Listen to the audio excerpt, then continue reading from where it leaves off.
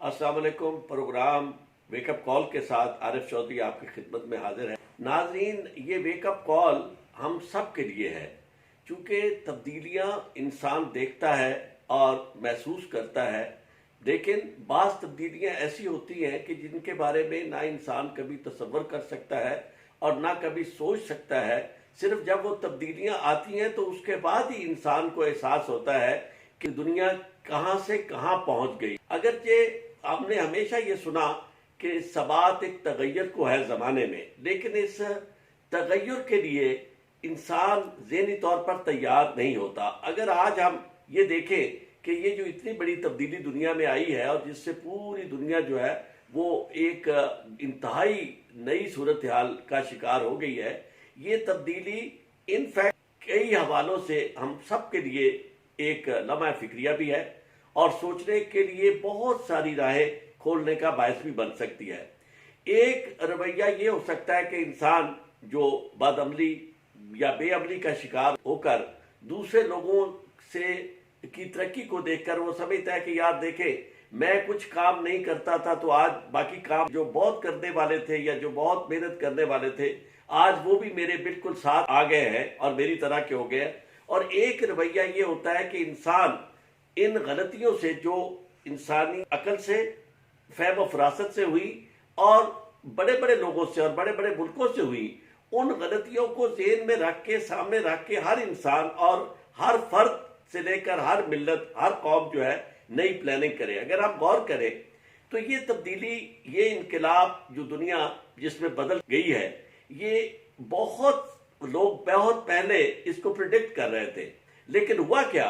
कि पूरी दुनिया जो थी उसके खास तौर पर मुक़्तदर लोग जो थे, ताकतवर हुक्मरान जो थे, उनकी नज़र इंसान की इस तरह की बेबसी पर जा ही नहीं रही थी। उनकी ज़हन में एक ही खबत था और वो खबत था ताकत, ताकत और ताकत। उस ताकत के हसूल के लिए वो असलहा इकट्ठा कर रहे थे, लोगों को लड़ा रहे थे और अपनी उस भरपूर ताकत के उस नशे में चूर ये समझ रहे थे कि आने वाले वक्त में उनकी हुक्मरानी होगी, और बल्कि यूं समझे कि इस दुनिया पे वो खुदाई का दावा कर बैठे थे। तो अब इस सूरत हाल में हमें जो देखना है, आज वेकअप कॉल मैंने इसलिए भी प्रोग्राम की शुरू किया है क्योंकि ये प्रोग्राम से इससे पहले भी हम वेकअप कॉल करते थे, लेकिन आज मेरे हम सफर ने मुझे ये एहसास दिलाया कि इतने दिनों से बैठे हम ना कोई सोच रहे हैं, सिर्फ देख रहे हैं और उन चीजों को जो हमारे ऊपर बीत रही हैं उनसे सबक लेने वाला या दूसरों के साथ सबक शेयर करने वाली बात जो है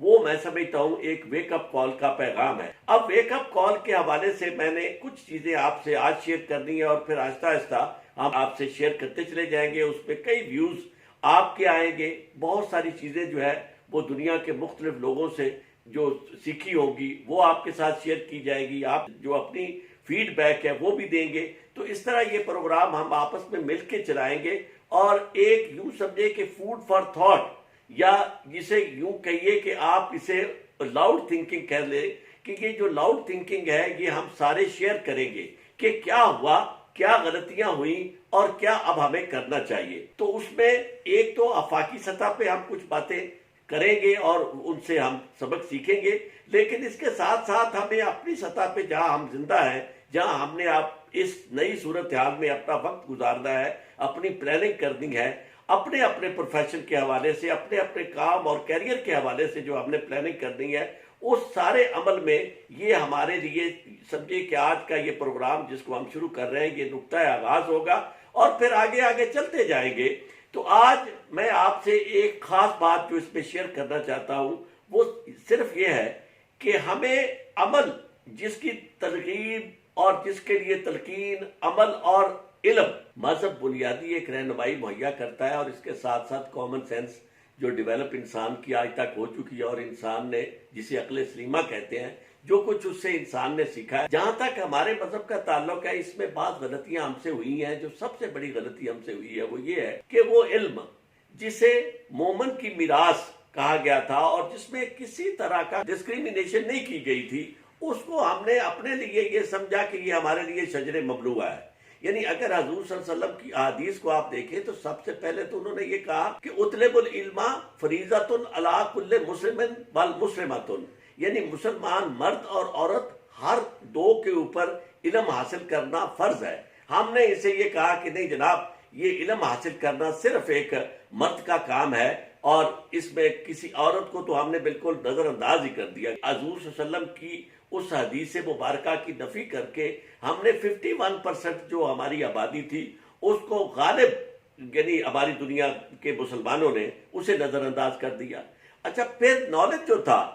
اس کو بھی انڈیویزیبل کہا گیا ہے. اس میں یہاں تک کہا جاتا ہے کہ اطلب العلم ولو کان بالصین، آپ کو چین تک اگر جانا پڑے تو پھر بھی آپ علم حاصل کرنے کے لیے جائیں. تو جس زمانے میں حضور صلی اللہ علیہ وسلم نے یہ چین کی بات کی تھی، اس زمانے میں چین جو تھا وہ ڈیولپ تہذیب تھی. اس کا مطلب قطعاً یہ نہیں تھا جس طرح آج لوگ جو صرف لٹل لسٹ ہے یا لفظوں پہ یقین رکھتے ہیں، وہ سمجھتے ہیں کہ جناب اس کا مطلب یہ تھا کہ آپ جو جتنا مرضی فاصلہ آپ کو طے کرنا پڑے، آپ علم حاصل کرنے کے لیے فاصلہ طے کر سکتے ہیں. ایسی بات قطعاً نہیں تھی. علم جو ہے اس کی نوعیت قطعاً سیکولر تھی کہ مسلمان جو ہے وہ دنیاوی دینی تمام علوم جہاں کہیں بھی اسے ملے وہ انہیں حاصل کرے. تو نہ تو یہ نالج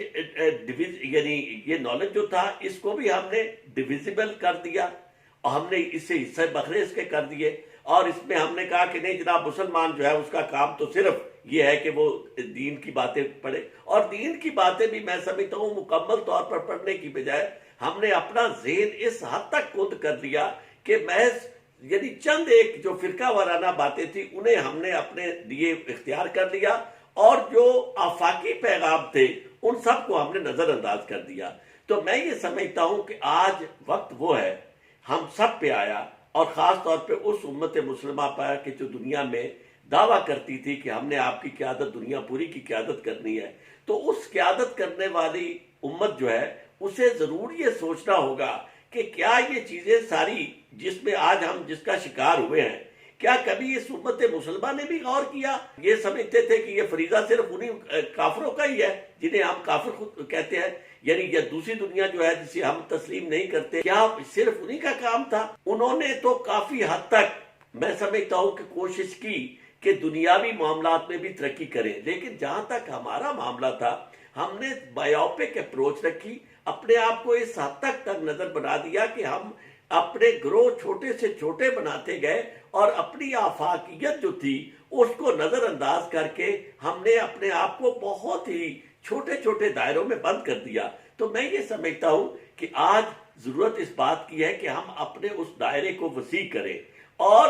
علم کو ہم حاصل کرنا اپنا فریضہ سمجھیں. لوگ یہ محسوس کر رہے ہیں کہ اگر علم ہوتا تو یہ وبا جو ہے، یہ وبا اس کا علاج تلاش کر دیا جاتا. تو گویا اس وقت میں سمجھتا ہوں کہ ہمارے اندر اسی طرح کے بو سینہ کی ضرورت ہے، اور اسی طرح کے ہمارے بہت قد آور قسم کے جو دانشور تھے اس طرح کے قد آور دانشور کی ہمیں ضرورت ہے. اور تعقل اور فہم و فراست جو ہے اسے مومن کی کھوئی ہوئی میراث سمجھنا جو ہے یہ ہمارے لیے سب کے اول ہے.